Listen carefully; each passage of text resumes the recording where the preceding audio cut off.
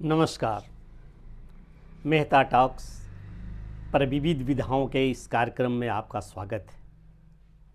सर्दियों के दिन हैं।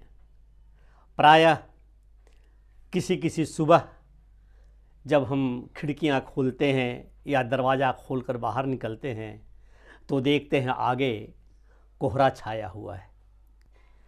कुहासा भी कहते हैं इसे, धुंध भी कहा जाता है। ये कुहासा, कोहरा, धुंध क्यों आता है? कुहासा, कोहरा, धुंध है क्या? वास्तव में जो अपना धरती के ऊपर जितने क्षेत्र तक हवा है, इसको वायुमंडल कहते हैं। हवा बनी किन चीज़ों से है?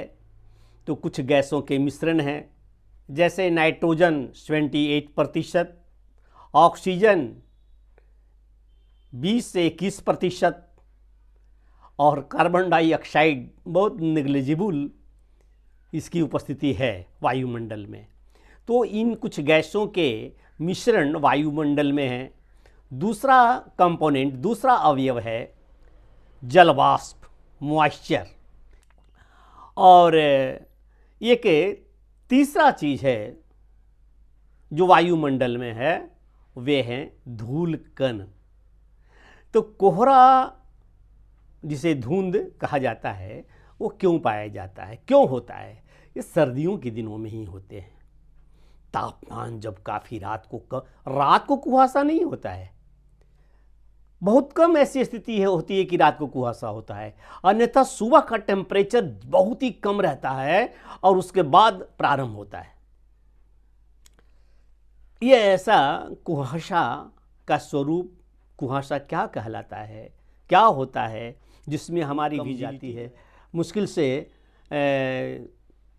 5 मीटर के आगे तक की चीज़ें धुंधली नज़र आती है। और बिल्कुल कुहासा के में चले जाइए तो शायद हाथ का हाथ भी बहुत क्लियर दिखाई नहीं पड़ता है। ये कुहासा है। अंग्रेजी में इसे फॉग कहते हैं।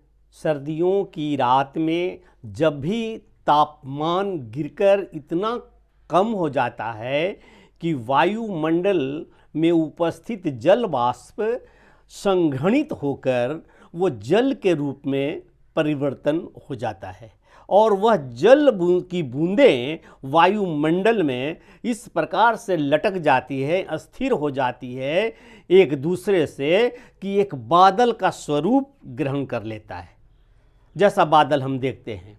और यही इस प्रकार से जो हमारे आँखों के आगे इस प्रकार का जो रूप रहता है, उसके वजह से हमको धुंधला दिखाई पड़ता है सामने। और उन बादलों के पार, जिसे हम कुहासा कहते हैं, कोहरा कहते हैं, तो इससे धुंधला होने के कारण इसे हम धुंध कहते हैं। और जैसे ही सूर्य का, ये पृथ्वी गर्म है और गर्म पृथ्वी के ऊपर जितने भी जल वाष्प है वायुमंडल में, वो सूख करके ऊपर जाती है और ऊपर जैसे ही जाती है अधिक शीतलता की वजह से, टेम्परेचर की वजह से उनका संघनक होता है, अर्थात वाष्प का स्वरूप और ठंडा होने से वह जल के रूप में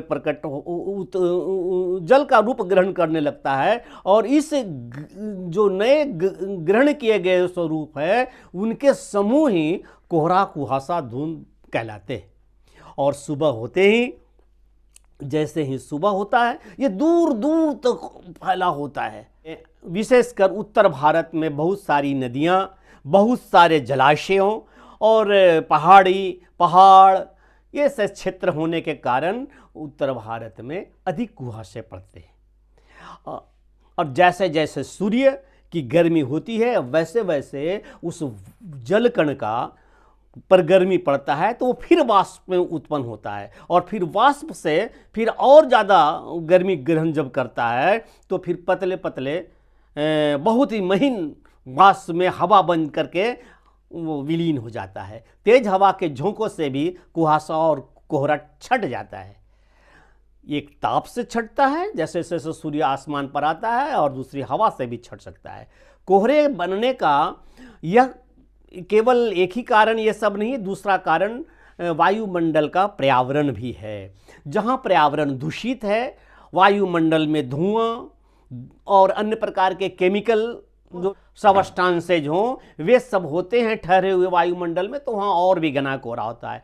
जिस नगरों की पॉपुलेशन अधिक है वहाँ पर और ज़्यादा पॉपुलेशन अधिक होने से वहाँ का पर्यावरण और भी बिगड़ा होता है।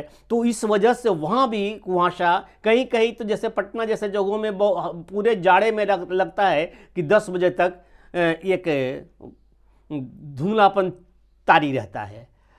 तो यह कोई आवश्यक नहीं है और यह जरूरी भी नहीं है कि जब पर्यावरण शुद्ध था, जब पॉल्यूशन नहीं था, तब कुहासा नहीं लगता था। नहीं, तब भी लगता था, तब उसमें इसकी कोई भूमिका नहीं होती थी पर्यावरण की, और शुद्ध कुहासा लगता था जैसा मैं पहले वर्णन किया। यह कुहासा हट जाता था धूप आने के बाद या हवा चलने के बाद, और दिन भर बिल्कुल क्लियरिटी रहती थी, धूप भी चमकदार हुआ करती थी। आज कुहासा यहाँ लगा था और अच्छा कुहासा था, अच्छी धुंध थी, लेकिन सूर्य निकलने के पश्चात कुहासा छटा तो बड़ी चमकीली धूप आई, बड़ी चमकदार धूप आई। तो ये कुहासा लगने के कारण यही हैं, वायुमंडल में उपस्थित जल वाष्पों का ठंडा टेम्परेचर गिरने के कारण शीतलीकरण जब होता है तो वो द्रव में बदल जाता है, और द्रव के स्वरूप का समूह एक बादल का रूप ले लेता है, वही कुहासा है। आशा है कोहरा के विषय में क्लियर हो गया होगा। यदि कुछ न समझ में आए या कोई प्रश्न हो इससे संबंधित तो कृपया कमेंट्स बॉक्स में जाएं, लाइक सब्सक्राइब करें। धन्यवाद, नमस्कार।